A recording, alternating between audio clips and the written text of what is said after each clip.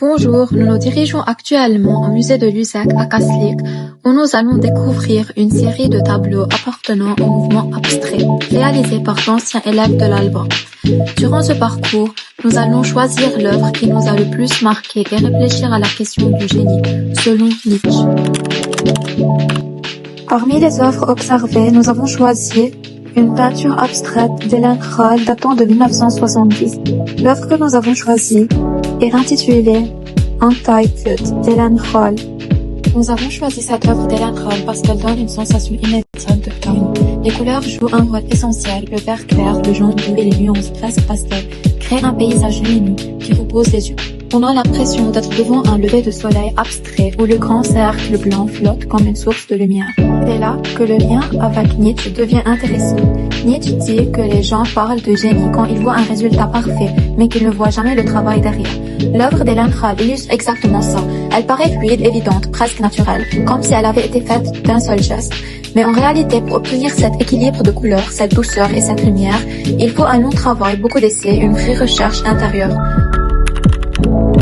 Selon Nietzsche, le génie n'est pas un homme différent des autres. Il explique que l'activité du génie n'a rien de miraculeux.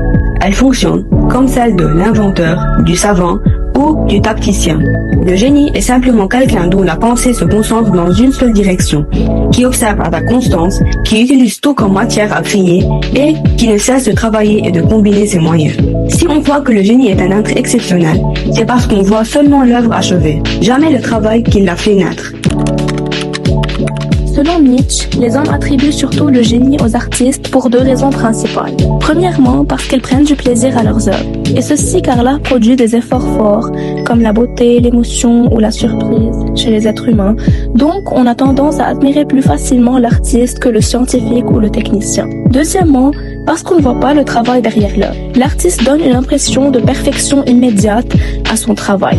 Donc, on croit à une sorte de talent magique que cet artiste possède. Nietzsche dit que c'est une illusion, car on croit que l'artiste voit le monde avec une lorgnette merveilleuse, alors qu'en réalité, son génie est surtout travail, discipline et habitude de penser dans une direction unique.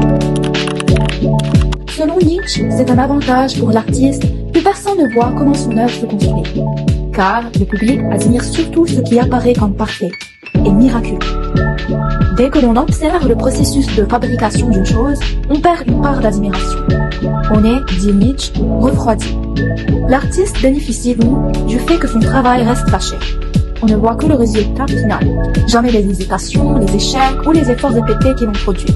Cela entretient l'illusion du génie, comme si l'artiste créait spontanément grâce à une intuition supérieure. Ainsi, son œuvre semble surgir de nulle part, sans qu'on puisse imaginer tout le travail patient et technique qui la rend possible. Cette invisibilité donne à l'artiste un statut privilégié, car elle fait croire que son talent est exceptionnel et incomparable.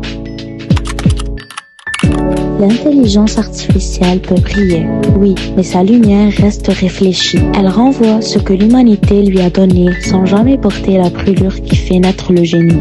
Le génie véritable naît d'un trouble, d'un silence, d'un héritage, d'une blessure parfois, d'un souffle intérieur que rien ne programme. L'IA peut surprendre par l'éclat de ses réponses, mais ce n'est qu'un écho savant. Le génie, lui, est une source imprévisible, vivante, ancrée dans la chair du monde et tournée vers un horizon que seule l'expérience humaine peut deviner.